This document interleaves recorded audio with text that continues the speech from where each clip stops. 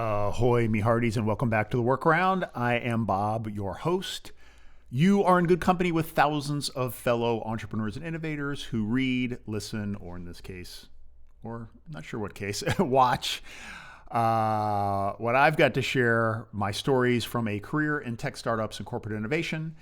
I'm sitting here to make you think, smile, and discover a shortcut to success or a trap to avoid. And congratulations, you have made it to a not so super secret post about some of the inside secrets that I learned the hard way from being in a couple of earnouts. So why is it secret? Why do I call it secret? It's because I didn't want to publish this for the general masses on Substack. I wanted to, one, a little bit of an attempt to see if we can get some subscribers who are really interested in this earnout conversation to tag along and join us. Second, I'm just kind of talking about some things that I'd rather not have on the, easy for folks to glance. So you got to do a little bit of work to read, see, or listen to this one, but it's not too crazy. So you are here. Hopefully you came here from, if you haven't seen it or read it, a post I wrote called How to Maximize Your Earnout. This is a part 2 of that. There's another post, if you're interested in earnout content, called What Are 8 Years of Your Life Worth? I'll have them pretty easily searchable from whatever platform you happen to be using to get this, but you should check those out as well. So here we are. I assume you're here because you're preparing for your company sale, you're stuck in the middle of the suck right now, and or just curious about what I have to say in a, quote, secret post. No matter what the reason, I hope to reward you with some helpful information in a style that's more real, even more real than my usual. Not sure if that's possible. We'll see. As the title of this suggests, you are very likely to struggle to move from running your own business, a business that's going so well that someone's willing to pay millions of dollars for it, to becoming an employee, having a boss, and trying to fit in at a company that was so weak that it couldn't build a business like yours on its own. Of course, you could get really, really lucky and land in an acquirer that is at the top of their game, where you feel like the dumbest person in the room, yet you're welcomed with open arms and a career path that takes your game up several notches. You may fall in love with your acquirer's culture and have a long career path within the company. But don't count on it. I mean, just as one fact, between 70 and 90% of acquisitions fail. So the odds are against it. You built a company worth buying because you're smart enough to examine odds like this and prepare for the worst. And the worst in this case can come after selling and then slogging through the days, weeks, months, and years of your life to reach the end of an earnout period. You may hate the ride so much that you feel tempted to quit early, leaving significant money on the table in hopes of preserving your sanity. But I'm here to tell you, you can survive. I've been through there selling 2 companies and 8 years of earning them out. I know you can make it. Right now, I'm going to tell you how to make it. So, first lesson, they are not better than you.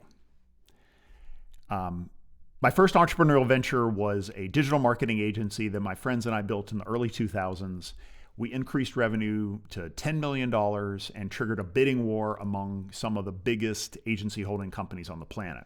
We chose the highest bidder and launched a 5-year earnout back then. When it happened, I was really excited to be part of the big agency boys and girls table. I looked forward to interacting with brilliant strategic minds, witnessing magic from award-winning creative directors, and gleaning insights from people who had global CMOs on speed dial. Alas, my bubble was burst. The CEO of the holding company that bought us screwed up our company announcement in the first week. I discovered that global creative pitches are a crazy mess, and I saw how corp dev teams that know how to buy companies know nothing about integrating them once the earnouts are complete. My next company was an influencer marketing platform, At that time, we sold a large business that had gone to a successful IPO thanks to a breakthrough innovation in digital coupons. Before we were acquired by them, we regularly listened to their quarterly earnings calls, and they sounded like they had their act together. They were based in Silicon Valley, where the best builders and backers in the tech business are based. Surely we would be upping our game by tying our wagons to these guys, right? Wrong again. A few months after selling, I was a special guest for a company leadership team meeting. I remember its CEO striding around the conference room, pontificating, as the rest of us sat there and nodded along. I remember squirming in my seat, looking for a baseball bat. If you know that reference, you might be my Generation X. At one point, this CEO asked his CFO, "Do we make any money on this?" And what he was referring to was the largest source of revenue at the company. No joke, the CEO of a public company didn't know if he even made any profit on his biggest product. The thing is, the leaders of these companies, and many more, they're not stupid. They just don't know as much as you do. They're almost always managers of a successful company that someone else founded. They got into their leadership positions by getting hired or promoted by other managers. As an owner, your ass has been on the line. You've made more decisions in a week than they have in their career. You've been in the arena and seen things they wouldn't believe. You will be blown away by inefficiency and ineptness. You'll probably try to call out these issues to try to improve the company. It's worth a try, but don't be surprised if you're ignored. It's like you see in color and they only see in black and white. Or like you're speaking a language they'll never understand unless they build a business from scratch someday. So, your first step to staying sane is lowering your expectations. Do not assume you're the noob in the room, but don't rub your knowledge in their faces either. All right, second point, understanding why they really buy. There's another big assumption that can mess with your head and which helps keep you sane once you see it. They rarely buy your company for strategic reasons. Business leaders have fancy degrees, impressive titles, and billions of dollars to throw around. But in the end, we're all humans, and humans do things for many reasons, only a few of which revolve around maximizing company value. Here's a few of the real, non-strategic reasons why they may buy your company for a very large sum of money. The quarterly numbers aren't great, and a story is needed to keep investors from selling. There's cash on the balance sheet, and the CEO would rather do something, anything, than give it back to shareholders. Their competition bought a similar company, so they probably need one too. The corporate development team exists and wants to do stuff. Finally, the CEO is bored, and your company is a new toy to play with. Sorry to burst your bubble, this is how the world works. Large companies can afford to spend money on M&A at a whim. Boards barely remember what the company they're working with does. Again, they are doing this even though 70 to 90% of acquisitions fail. It's not their money, and decisions like this are shared among so many people that no one is held accountable when they don't work out. Hell, selling a business they shouldn't have bought is yet another interesting exercise for their CEO and corp dev team, and another thing they can talk about on their earnings call. Divestitures as well as acquisitions make sense, or don't make sense. So don't get worked up when they don't know what to do with your business. That's the hard work they would rather avoid. It's easy to write a check. It's hard to integrate. So keep your head down, keep your ego small, and focus on hitting your number and counting down the days. Third key, don't do dumb shit. Yes, we got to remind ourselves. When counting down those days, you'll often have very little to do, especially if you've hit your goal early or are simply in rest and vest mode. But idle hands are the devil's workshop, and you cannot afford to screw up a good thing because you're bored.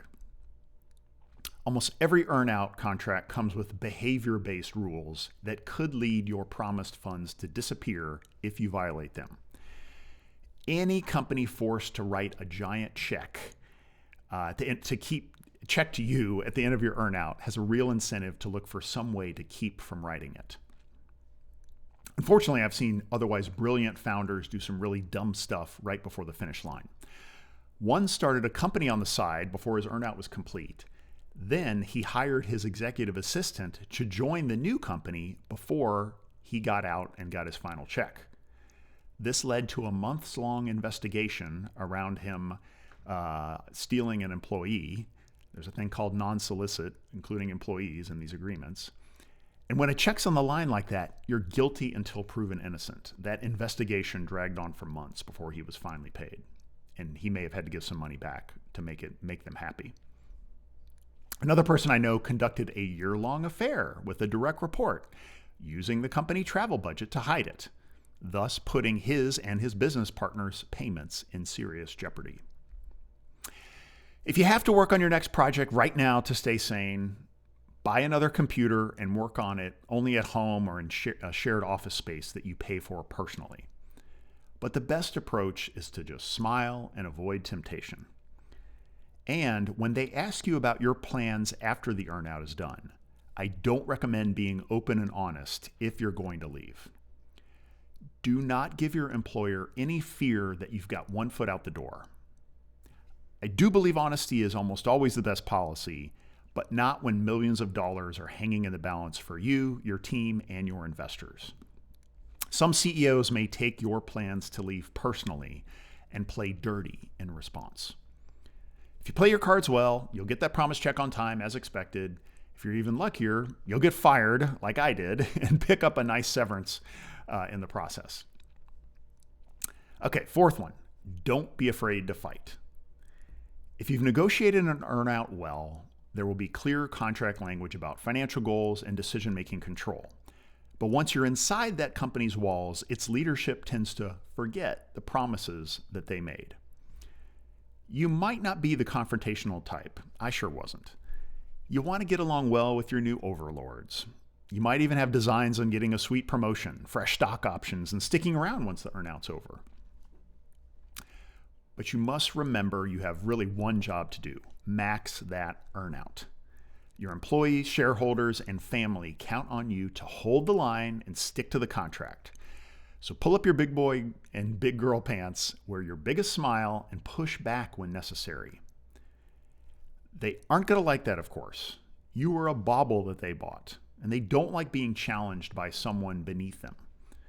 The bigger your new CEO's ego, the rougher these conversations will be. But you don't have to fight for much. Just two things that you both agreed on at the start of this deal. Number one, you must maintain control. The tricky thing about earnouts is that your company is being acquired in part because of future performance. Both sides agree that you've got a good thing going and everyone wants that to continue. But how can you be sure the good times will keep rolling if you give up control of the company? Remember that earlier point about most acquisitions failing? That's why any decent earnout agreement allows the acquired company's leadership to retain decision-making power.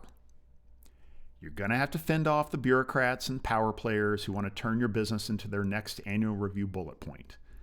I remember selling my last company, and my first meeting with its head of operations, within seconds of hopping on Zoom, he pulled up an organizational chart showing his plan to carve up my team under him. I politely declined.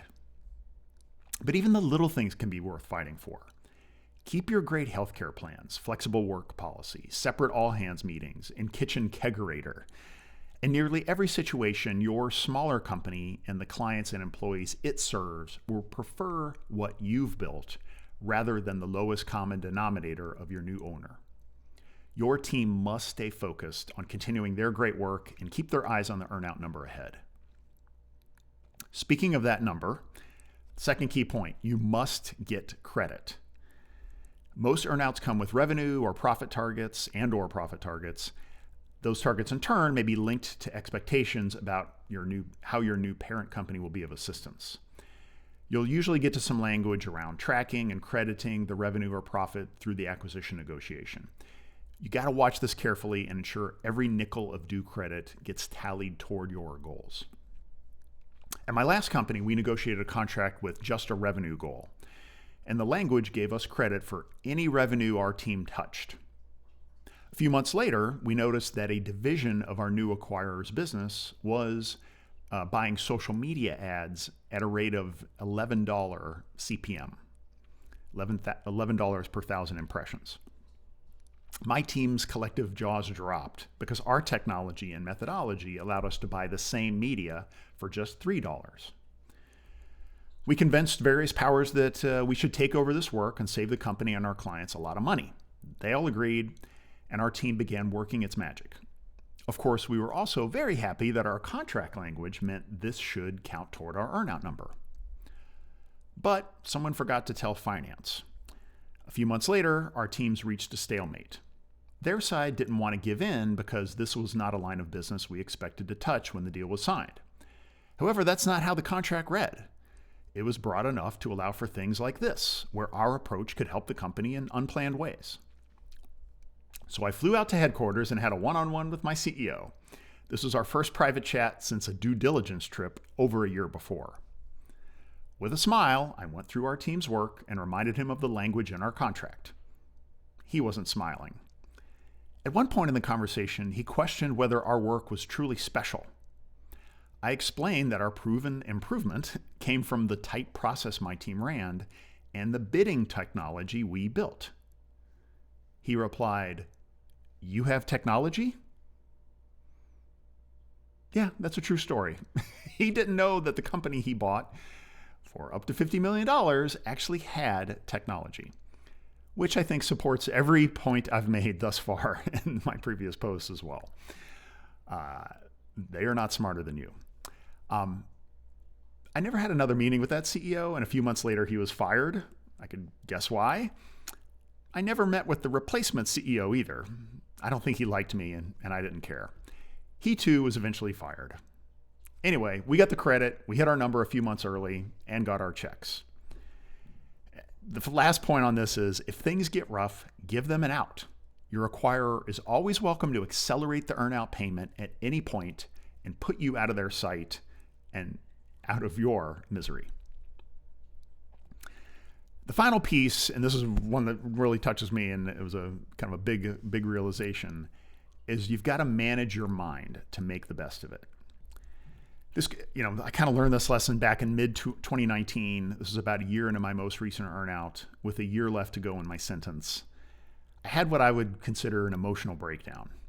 On the outside, I was still there for my team, cheering them on and clearing hurdles that our buyer threw at them. But inside, I was becoming bitter, angry, and sad. I saw our business, my baby, gradually sinking into the mire of a directionless, soulless parent company again.